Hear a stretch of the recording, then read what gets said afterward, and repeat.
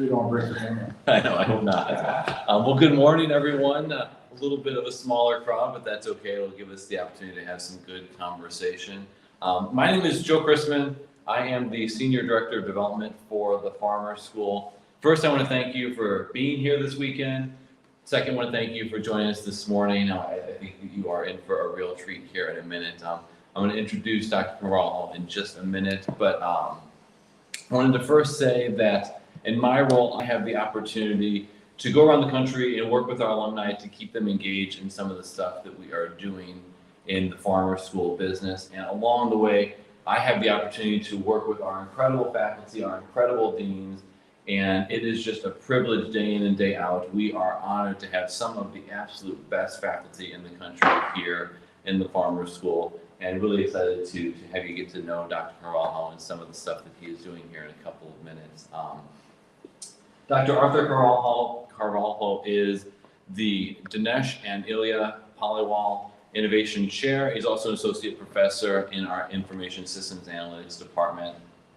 We like to stay on the cutting edge of things here at the Farmer School, and one of the ways that we have done that very recently is by being the first undergraduate institution, or one of the first, to offer and teach a blockchain class. Got a lot of really nice national notoriety on that, and Arthur was the person who designed and taught that class. Today he's going to talk a little bit about something a little different, but I think you are in for a real treat, so you've heard enough from me, so I'll go ahead and turn it over to you, and thank you so much for doing this for us. Absolutely. Thank you, Joe, for the presentation, and welcome everybody to our talk on NFTs. So, traditional disclaimer, whatever we talk about today is for educational purposes, okay? Only educational purposes. Don't make any financial investments. That's not legal advice, okay? Just for educational purposes, just heads up. So let's start now. I'm going to ask you to look at these two images I have in my script, right? I have the image of an ape, which is called, and I'm not making up the names, okay? So their names, the Bored Ape number 2087. And the second one is the CryptoPunk number 5822.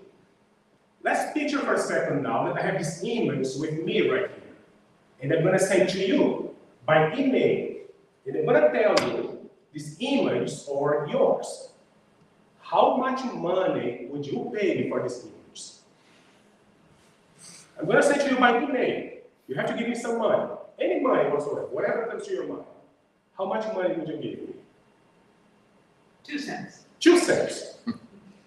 Someone, just one more. $1. $1. Oh, that's very generous. Thank you so much. Most people actually say zero. No. Because if you look at this image, it's like, it's an ape. It's kind of a bunch of pixels, a bunch of dots. There's not much artistic value there, at least in my opinion. Now let me change that question. I'm going to give you this image. I'm going to store the ownership information on specific technology that's called the blockchain. We come back to that technology in a second. I'm going to store information there so that everybody knows that you are the owner. And now I'm going to attach some extra benefits to that image. You will have access to some special people, chat rooms, and special events. So how much money are we willing to pay you? That's a tough question, right? Because it depends on what kind of events are we talking about.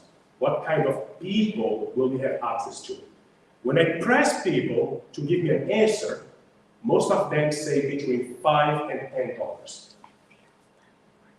And fair enough. It's time to shock you now. The Bored Ape on top was sold for $2.5 million. 2.5. I can see some faces shocked here. If you feel like this is shocking, wait a second. Let me show the other one. $23.7 million. That ugly image right there, a bunch of pixels, was sold for $23 million. The joke I usually make with my wife is, if I'm bored and dead 100 times as a professor, by the end of my 100th life, I will be able to buy that small one right there. But jokes aside, that's what we'll be talking about today. These are NFTs. We will understand why these things are so incredibly expensive and all the hype around them. But these two here are two instances, perhaps the most popular category of NFTs out there. But let's take baby steps now. NFT, what is an NFT? Let's break it down. It stands for non-fungible tokens. Again, we're going to take baby steps here. We're going to define every single one of these words so that we can understand the whole thing. All right?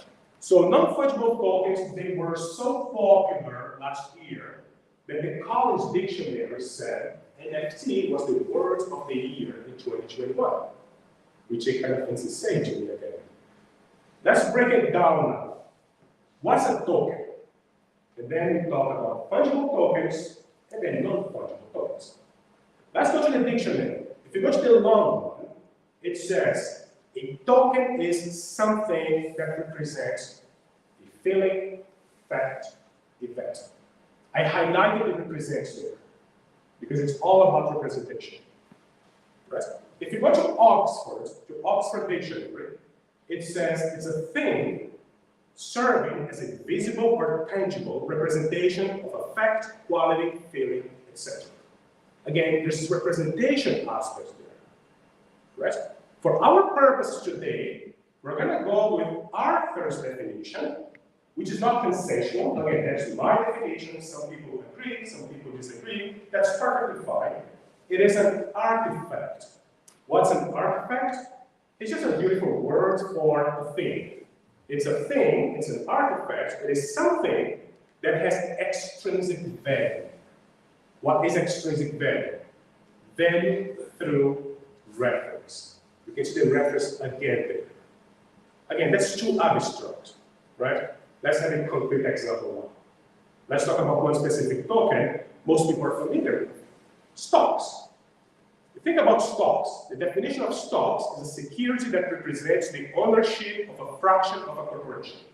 When you say that I have Tesla stock, or I have Microsoft stock, what that means is you have a token.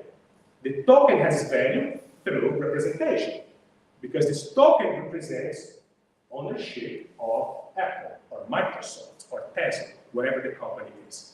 So in that regard, you can look at stocks as some sort of a token. The stock itself, years ago, used to be a piece of paper, has no value. What the value is, what it represents, the company. That's what a token is. For our purposes. Again, some people agree, some disagree, but that's the definition that I use. That said, what is fungible tokens? If you think about stocks, let's say I have 10,000 shares of Tesla stock, which of course is not true, but let's assume that I have 10,000. Would be nice. That would be very nice, that's true. Even better last year when it was incredibly high. But again, I have 10,000, you have 10,000, okay? If I give you my 10,000, you give me yours, we are equally good. The same. That's fungible. They are exchangeable, right? I give you mine, you give me yours, we are equally good, right? Fungible tokens. Now it's very easy to go from there to non-fungible tokens. I have my token, you have yours. We don't necessarily can exchange because they don't necessarily have the same value, right? They can have different prices, they can have different degrees of rarity. Again, you cannot necessarily exchange them immediately. That's NFT, non-fungible tokens. When you think about non-fungible tokens, for some reason what comes to my mind is old school baseball cards. Think about baseball cards. You have yours, I have mine. If I come to you and say, let's exchange these cards, maybe that's not necessarily a good idea, because maybe my card is rare and yours is not. So they have different valuation, so they're not immediately exchangeable. If you look at my screen, to the best of my knowledge, this is the most popular baseball card right here, which was sold last year at the most popular, the most expensive. which was sold last year for $3.75 million, which is a tremendous amount of money. Now, if I come to you with my $2 baseball card and ask to exchange for that one as $3.7 million, it makes no sense whatsoever. We cannot exchange them. When I think about non-fungible tokens, again, the idea of collectibles, like cards, baseball cards, they come to my mind. Let's go with that idea. Let's take the idea of baseball cards, let's make it virtual. Baseball cards will no longer exist, like physical copy. Let's have the whole thing online. It's only virtual. That's the idea of modern NFTs. The whole thing is virtual. It's online, right? Again, the definition of NFT so far will improve as we progress, but that's what it is. It's online, it's non-fungible, it is a token. Now, I have to ask questions. Well, if it is online, we can have problems now with ownership, right? I mean, if I come to you right now and I say, hey, here's my card right here. You know that I am the owner, very likely, because I'm holding the card. This is on my hands right here. Well, maybe I stole from someone, of course, but let's assume I'm not a criminal, so I have my card right here. I can show you. That's my card. But how do you prove ownership if it is online? It's hard to prove. We need to store that information, that piece of data, somewhere inside computers, right? It has to be stored somewhere. We have to have some computers storing that data somewhere. Now, the problem is, who's going to be the owners of such computers? If there's only one company that owns the computers that store ownership data, and that company goes out of business, what happens now? It's all lost, right? All the ownership data, all the cars, they're gone. So that's what we call a systematic IT, information technology, risk. A bunch of beautiful words there to say that if this company goes out of business, well, the whole thing is gone, it's doomed. So what do we do? Use something called a blockchain. So there are a bunch of very technical definitions of blockchain out there. Some of you might have heard of a distributed ledger, decentralized database. Let's really simplify. It is a Saturday morning, beautiful day. Okay, let's make it easy on our brains. Let's really simplify. Arthur's definition, oversimplified, really oversimplified. What's blockchain? Think about a bunch of computers that belong to different people. You, Mike, JJ, all these computers belong to different organizations. We bring these computers together, we form a network of computers. We connect them together. And now we can use these computers to store data. So that the same data will be stored inside every single one of the computers, not only one. And now we can have this idea of collectibles, of digital cards, and the ownership data we can store inside all of these computers, not only the computers of one organization. Why is that a good idea? Let's say that half of these computers go down. Let's take this half right here. All these 3 computers go down. It's okay.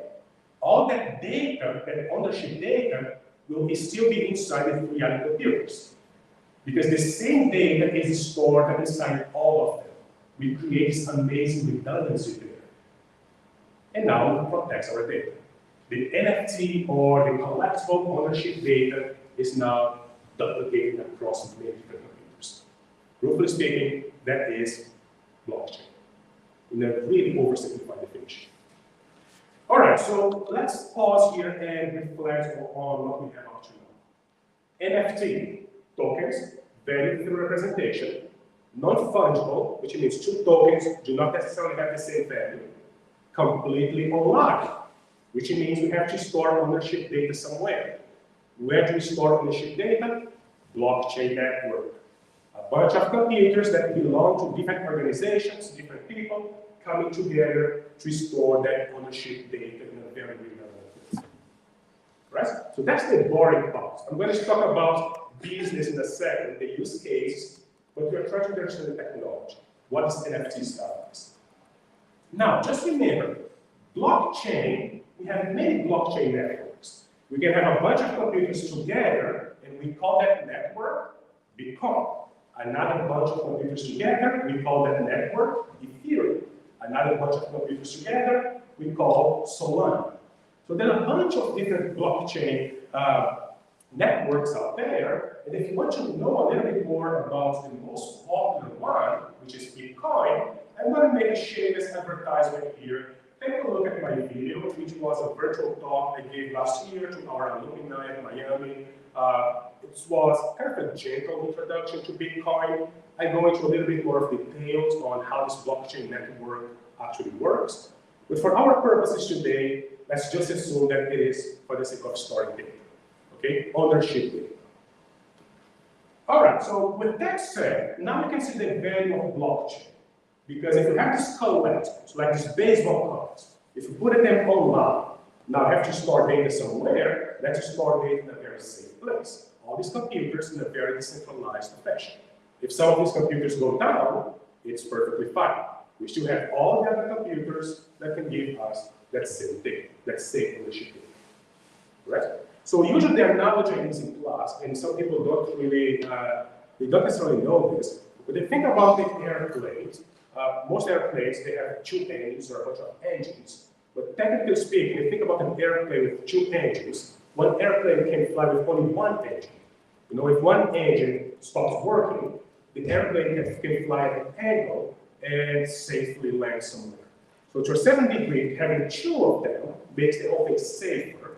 Think about mitigating risks there, and they just the same here. We have all these computers that are connected because if some of them stop working altogether, we should have all the other computers that can give us something. Right? So with that said, okay, let us now have some hands-on. We have understood the quote-unquote theory.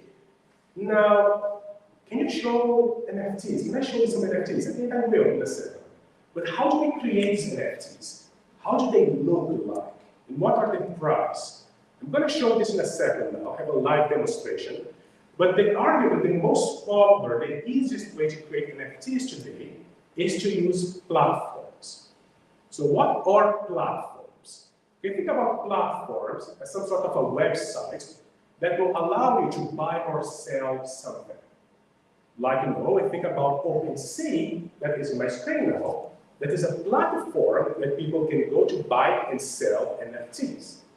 I'm going to show you in a second how that platform looks like, and I'm going to show you some NFTs, how these NFTs look like, and all the ownership data that I discussed. I will also show you how that looks like inside that platform. Right? So let's go to OpenSea now. And by the way, I'm making no money from OpenSea. I'm not advertising them here. It's just because it's really used, it's really a convenient place to take a look at NFTs. With that said, let me open OpenSea now. And you can see that's the platform I mentioned. I'm going to look at the first NFT, which is highlighted there, in front of the screen.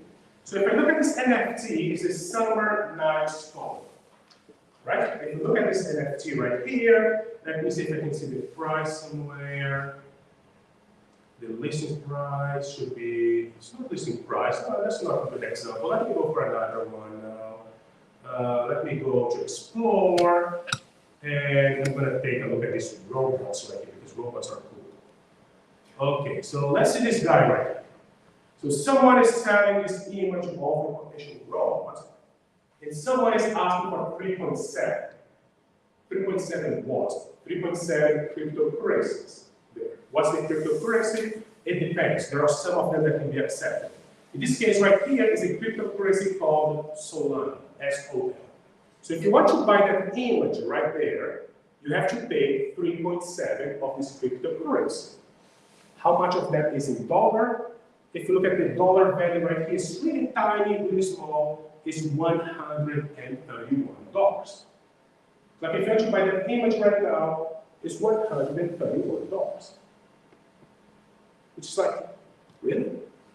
$131 for an image? We'll get there in a second. That's actually cheap. I can Or show a you some. virtual image. Yeah, Not can show something some. you can hang in your living room. It's a virtual world. Just keep in mind, it's a virtual stuff. It's all virtual. It's not a physical world. Good point. Right? So these are the NFTs. There's thousands of them, literally thousands of them. If you browse around here, you will find NFTs all the way from $5 to $5 million. We're going to discuss what's in it for the buyers in a second.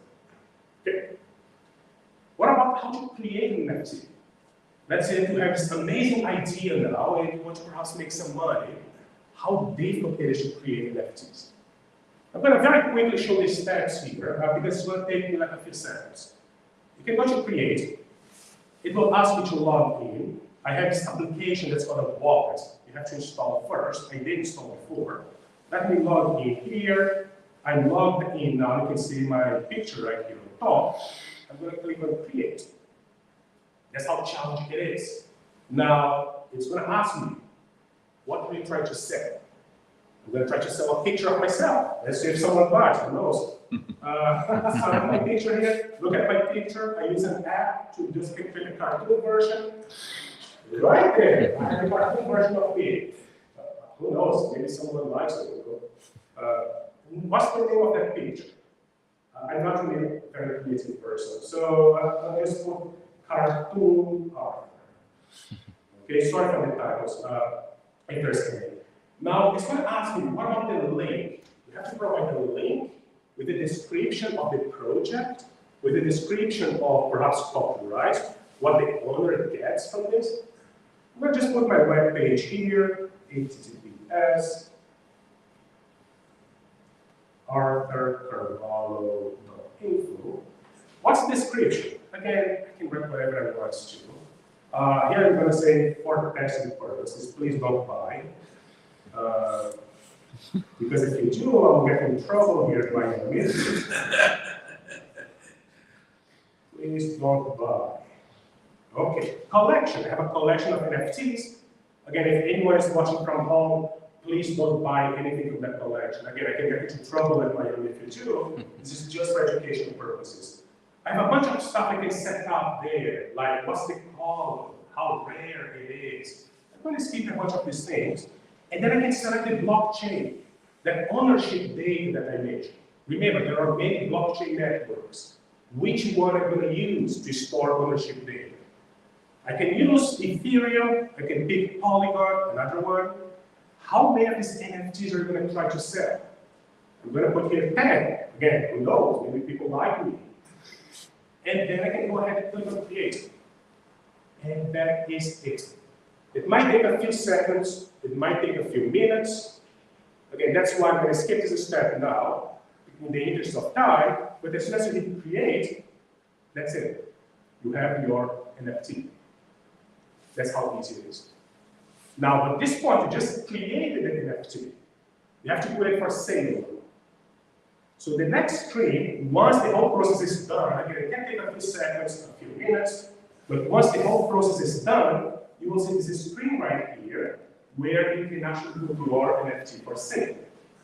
This screen, you have the quantity right here that you want to sell. Like maybe if I created 10, I want to sell all 10 of them, or maybe 5, or maybe 2. The price in cryptocurrencies, the price is one Ether, which should be about $1,800. Again, who knows, maybe there's someone crazy there who likes me, and it's going to give me $1,000 for absolutely nothing, just a picture of me. And then the commission. The commission right here, 2.5%, is the amount of money that OpenSea actually makes from my sale. Right? Click on complete sale, and you get to this screen right here. That I created before the presentation to be on the same side. For those of you guys at home, or those of you here in the audience, if you point your camera to this QR code, or click on the link on top, it will actually take you to this screen that I have now, to the page that I have on my screen. And you'll see the buy button there. Please don't click on that buy button, again, it's for educational purposes. You because if you do, I'd like to get in trouble here at Miami. Okay, but you can see the whole thing now. It's very quickly, easily done, and I'm selling that. Actually, I changed the name. If you look at the name there, I got a little bit creative. The name of that NFT is Arthur without pants. And then the description is that's a lie because I wear pants all the time. Again, I'm not really a funny guy, but if you look at the whole thing there, $1,700. I'm selling 10 of them, and that's a lot. Again, anyone watching this, please don't buy. With that said now, the question is, so what? I mean, it's like, when I was learning about NFTs a few years ago, I was like, I don't get it. I mean, why would someone pay $1,700 to get a cartoon version of art? I mean, what's in it for the buyers, right? So, and the answer is it depends. Some projects will give you nothing, like zero, like mine. If you decide to buy my cartoon, again, please don't, but if you do, you get nothing. You get no copyright over the image. You get a copy of that image if you want to, but so can anyone else. Anyone can go to that website and download that image as well. You don't have exclusivity over the image because it is digital. It is online. Everybody can download, right? So what you get will be this data point, this entry on the blockchain that says you are the owner of that image. Now you can go around telling everybody, hey, I'm the owner. I purchased one NFT from Arthur. You have the bragging rights. You can brag now to say I spent $2,000 on something that's worthless. But you can brag, right? I can go around and brag and say, hey, I purchased it. No, that's not. Some projects are like this. Others are not. Others, what they're trying to do, and that's what we get now, and perhaps the interesting part of this presentation will be the value. Up to this point, if you just get this image of art, and you pay like $2,000, what's the utility? What's the value there? Now, some projects are trying to attach values to NFTs, and that's what we'll be doing next. I'm going to show you some projects where there is an inherent business proposition there, and there's value attached to the NFTs. Right? First example now. The festival called Coachella, the music/artistic festival, they released a bunch of NFTs. One of them is this one, which in my opinion is a bit ugly. It's the key with a bunch of, I don't know, fancy colors there, particle colors and so on. $60,000 when I took that screenshot. Now ask yourselves, would you pay $60,000 for the number 9 NFT, which is shown on my screen? If you look at this image, it's like, no, not for the image. But now you have that benefit attached, that value, the utility. If you buy that NFT, the ownership data will be on the blockchain. Everybody can see that you are the owner. Now the owner will get some perks. What are the perks? That person can go forever to the Coachella festival because that person can get passes forever for free, no extra cost.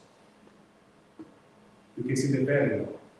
If I pay $60,000 on that NFT, I'm the owner, that information is on the blockchain.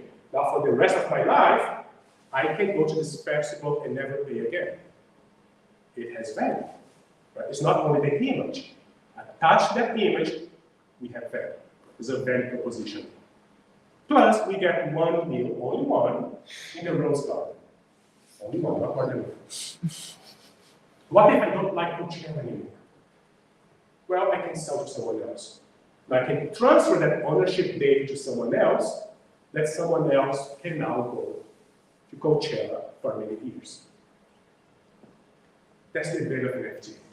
Is this about buy now price? I mean, there's 60,000 at the top, and buy now it says 200, that 250. Yeah, I believe that was when I took these screenshots, that was a few months ago. So for those of you at home, the question is, there's a buy now right here, and the buy now price is $250,000, and on top is $60,000. If I'm not mistaken, when I took these screenshots, that was the correct bid, because it was an auction.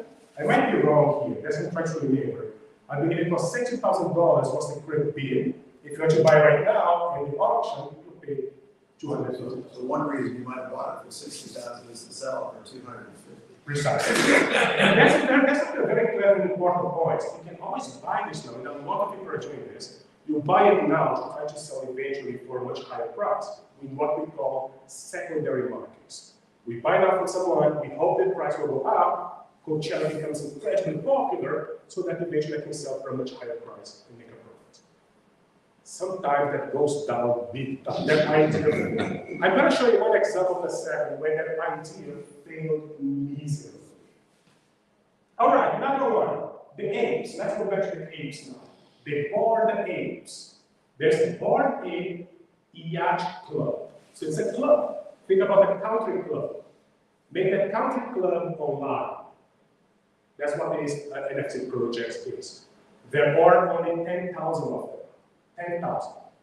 Each one of these apes, these images, they have different features.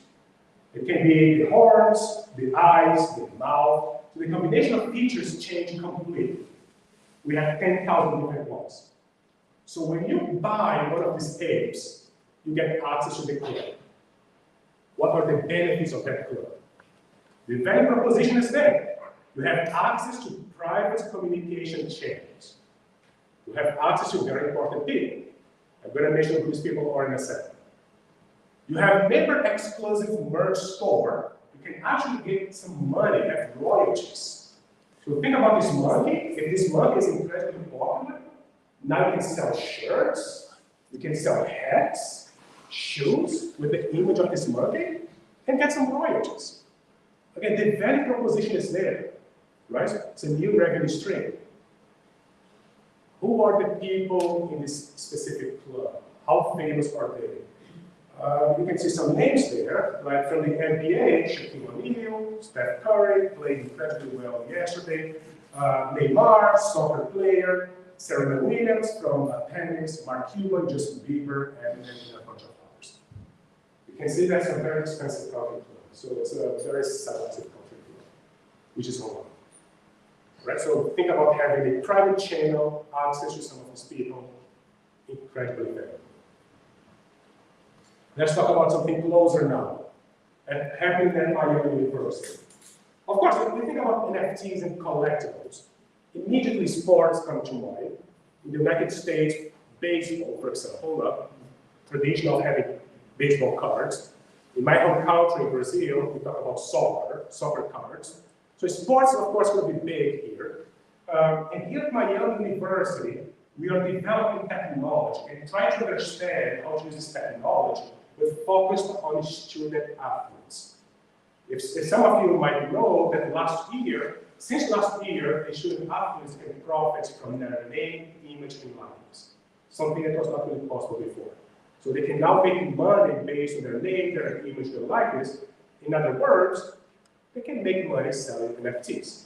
So we are developing that technology now, and even beyond developing the technology, we are trying to understand how to use the technology, how to attach them, business models, and more importantly, regulations, because there are tons of them here, really hard to comply. In a nutshell, without giving away too much, and by the way, these are all the research group there, some folks from my university, some folks from the University of Zurich in Switzerland. But without giving away too much, that's how the whole thing would look like.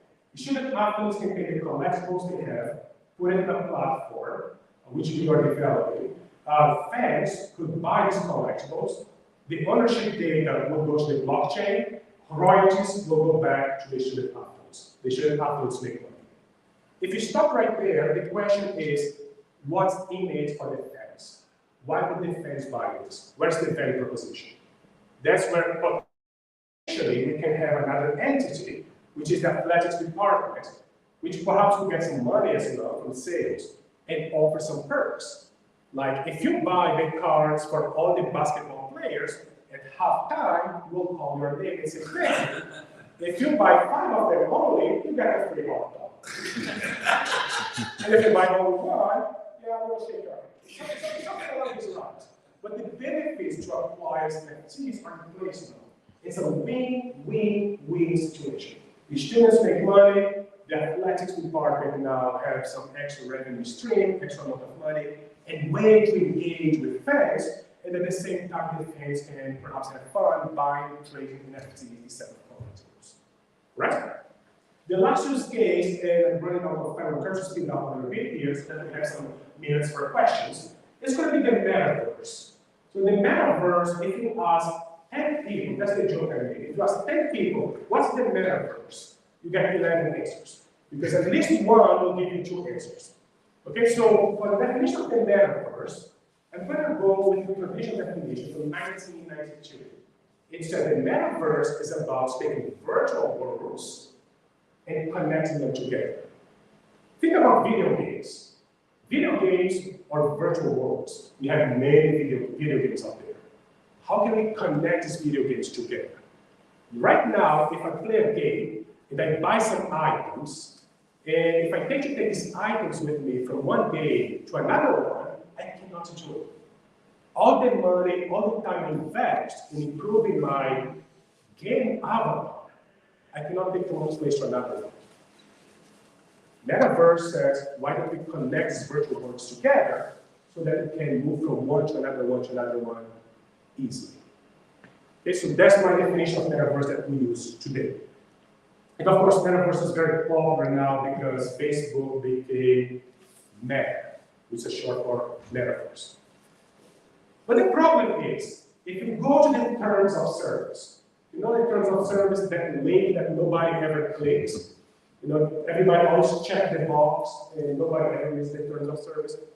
If you go to video games and try to read the terms of service, I took one of them from this very famous company that's called Take-Two.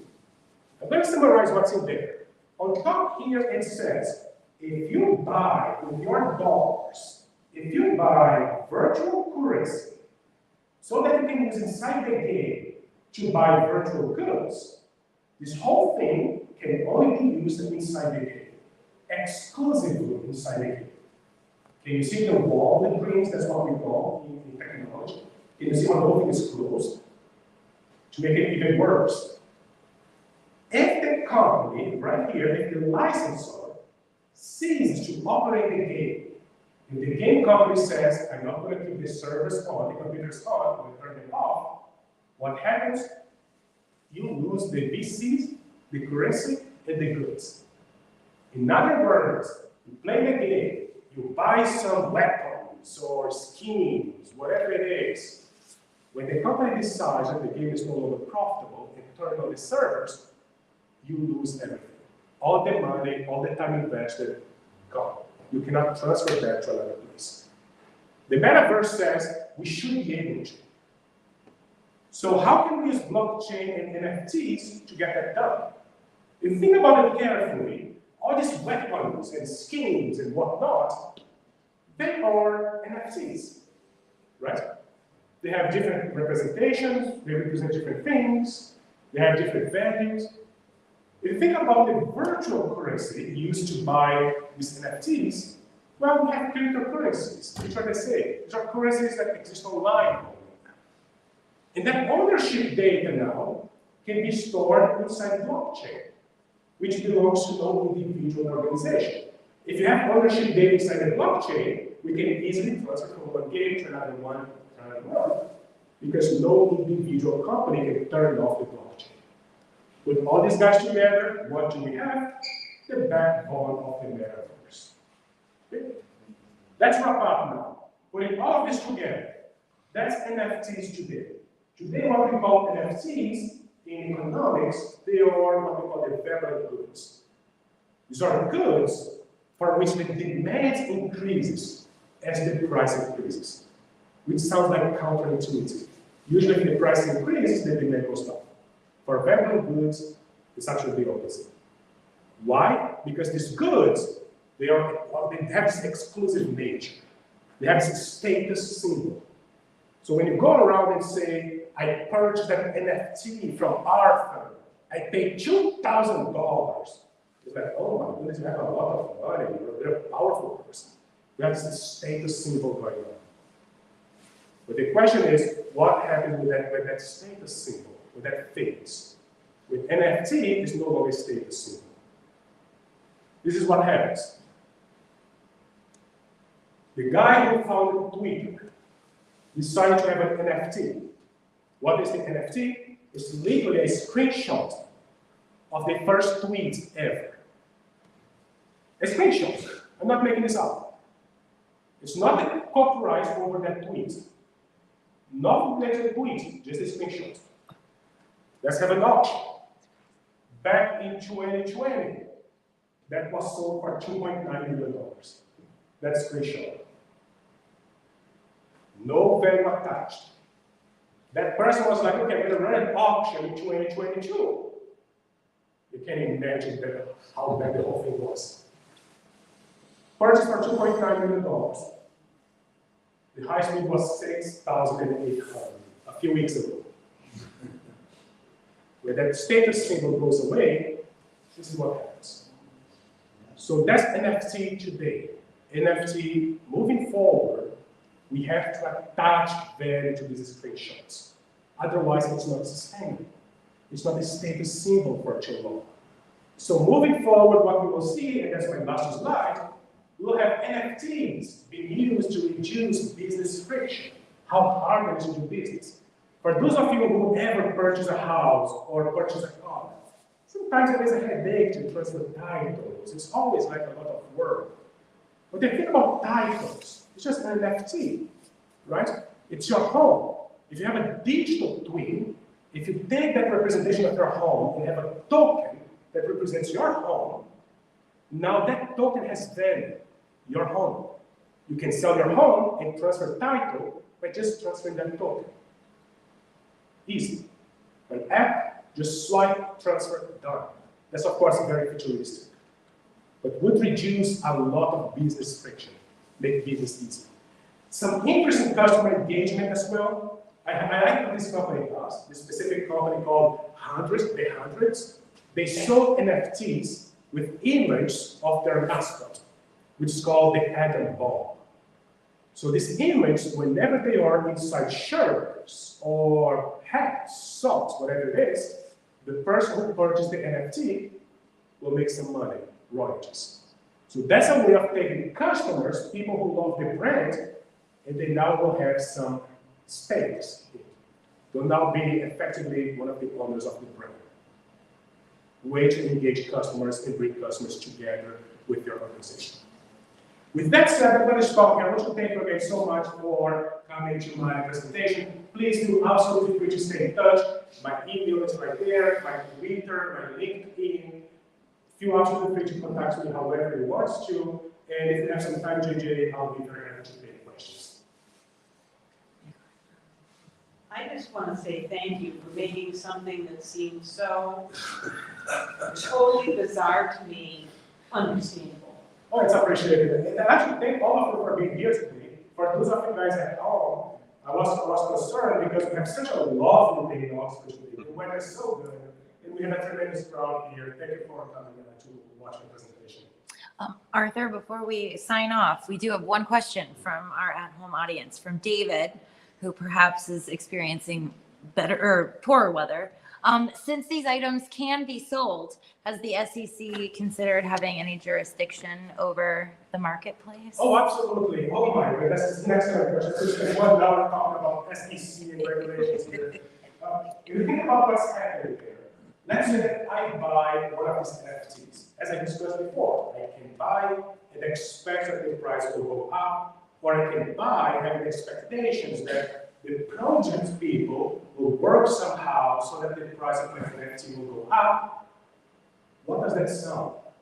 This NFT sounds like a security, right? If I buy something, have expectations that the price will go up based on the work of someone else, that's a security.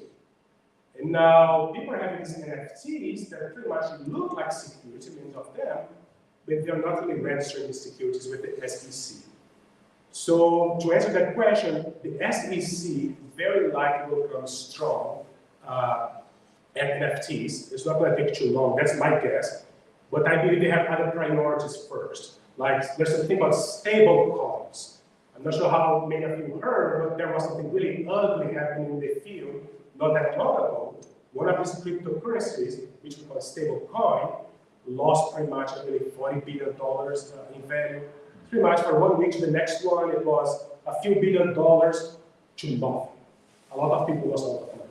So I believe the SEC might go first and try to tackle issues with stable coins, cryptocurrencies, DeFi, before going to discuss NFTs. Another problem with NFTs, just to wrap up my answer, is money laundering. That's huge. Money laundering, just think about it. How easy it is for me to put an NFT online. Almost dead here in a few seconds. What if someone has illegal money somehow, somewhere, all over the planet? That person can transfer to me easily by buying these NFTs. And now I have money legally in the system because I'm an artist selling my stuff. And now illegal money gets inside the system legally. That's another tremendous issue, money laundering with NFTs as well. Right? Wrap it up. All right, well, I will thank you again all for attending. I hope that you enjoy the rest of your day. We've got a lot of wonderful section, and please thank again Arthur for presenting for us this morning. Thank you. Thank you all very much. Enjoy the rest of the day and enjoy the rest of the weekend. Thank you. I can think of It's a really